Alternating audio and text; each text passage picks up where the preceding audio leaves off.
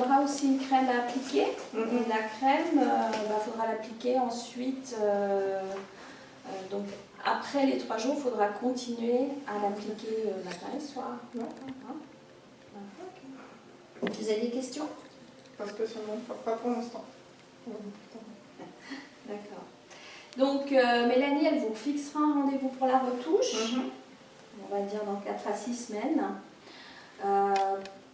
Ce qui risque de se passer, c'est que, on va dire peut-être au bout de quelques jours, vous aurez l'impression que ça n'a pas bien pris. C'est normal parce que le pigment descend et il lui faut le temps d'un renouvellement cellulaire pour remonter. Donc bien sûr, en fonction de l'âge, on n'est pas tous égaux à ce niveau-là. C'est pour ça qu'on dit entre 4 à 6 semaines. Okay.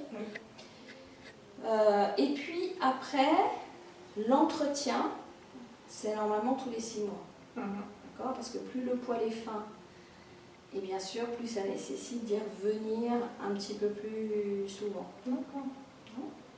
Ok. Plus c'est fin, mieux c'est de toute manière. Oui, ça c'est clair. Mais quand on est dans l'hyperréalisme, si on veut maintenir la finesse en fait, du tracé poil, il faut y revenir en général 2 fois par année. D'accord. Sinon, votre poil, il va avoir tendance, votre tracé poil va avoir tendance à s'élargir un peu. C'est-à-dire, alors il ne va pas être aussi intense au niveau de la couleur en s'élargissant. En fait, il va fuser.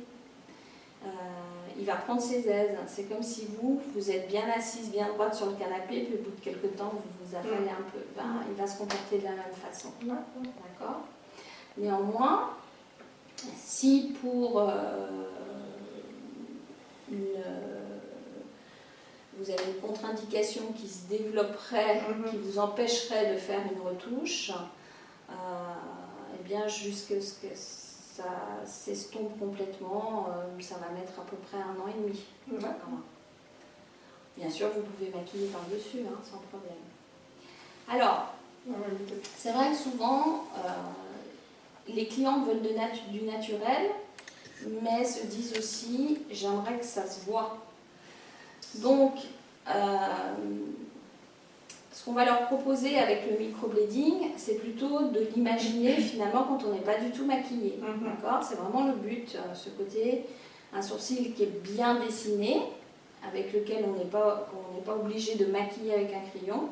Néanmoins, si vous faites un maquillage un petit peu plus sophistiqué ou si la journée vous aimeriez que votre sourcil soit un petit peu plus intense, un petit peu plus présent, rien ne vous empêche de mettre une poudre à sourcils ou n'importe quel produit. Comme vous voyez comme ils sont là, c'est toujours très naturel. Voilà, exactement.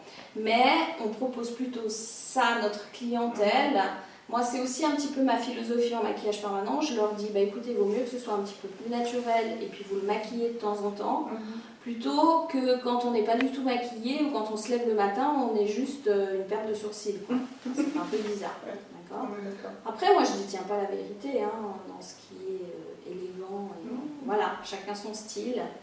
Mais disons que je ne suis pas pour prôner en fait un style maquillage type sourcil à la libanaise très marqué, aussi bien en maquillage permanent qu'en microblading. Parce qu'on pourrait le faire aussi en microblading si on combine une méthode de shading par exemple avec du poil à poil, ça peut faire quelque chose de plus prononcé. C'est ce qu'on voit actuellement sur les réseaux sociaux. Exactement. C'est joli, mais je pense pas que ça va me correspondre. Alors déjà c'est joli, mais en plus ce qu'il faut se dire c'est que notre visage il évolue, d'accord ? Donc est-ce qu'on aime aujourd'hui parce que c'est un effet de mode, et peut-être dans 5 ans vous l'aimerez plus. Donc comme la peau n'est pas égale dans sa réaction sur chaque personne, il vaut mieux être prudente. Parce que oui, effectivement, normalement, au bout de 18 mois, il ne reste rien. Mais il y a des peaux qui vont le garder un petit peu plus longtemps. Donc voilà. Et automatiquement, de passer un sourcil très large, très marqué, à un sourcil beaucoup plus fin, c'est beaucoup plus ennuyeux que dans le sens contraire.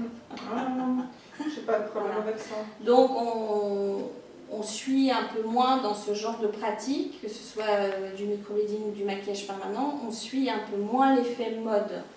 On essaie plutôt de respecter ben, ce qui vous plaît, ça c'est clair, mais ce qui va aussi avec votre visage et que vous pouvez un petit peu modifier après à votre guise avec du maquillage traditionnel. Ça va? Oui, oui, bon, c'est très bien. Vous voyez, moi, là, je mets du fond de teint, je mets un peu de mascara, après, je fais pas beaucoup plus. Hein. Ouais, ça te va très bien. Ouais, non, mais je suis pas, comme je disais tout à l'heure, je suis pas quelqu'un qui a la fibre, même au niveau du maquillage, donc je veux pas... Le problème aussi, tu sais, c'est les sourcils libanaises, c'est qu'elles se maquillent vachement aussi sur les photos. Bien sûr. Donc après, quand elles sont sans maquillage, ça ne va pas faire si joli que ça. Bah, non, il y a des personnes d'ailleurs, et ça je pense que tu vas être amené à l'observer quand tu es en vacances par exemple. Et puis tu as des personnes qui ne sont pas du tout maquillées mais qui ont du maquillage permanent et ça se voit à 2 km quoi. Genre, la personne elle sort de l'eau et puis elle a un contour des lèvres brun chocolat. Enfin bon voilà, ça fait un petit peu bizarre. Après, tous les goûts sont dans la nature, mais en règle générale, les personnes qui ont fait des choses, comment dire, très typées en maquillage permanent, elles le regrettent. D'ailleurs, moi, j'ai beaucoup de clientes qui aujourd'hui viennent me voir pour corriger, par exemple. Alors, on le voit surtout dans le contour des lèvres, parce qu'à l'époque, elles ont fait quelque chose de très foncé qui se démarquait en fait de la couleur des lèvres parce que c'était la mode, et elles n'en peuvent plus et elles veulent corriger ça. Donc après, c'est une démarche qui est un peu plus compliquée. Donc, je peux comprendre qu'on veuille avoir un effet tout le temps maquillé, surtout s'il fait chaud, il transpire, enfin on transpire, on va dans l'eau, etc. Mais voilà, il faut que ça reste quand même naturel. Chacun son style. Mais moi, typiquement, si on me demande un eyeliner bleu turquoise, je ne le fais pas.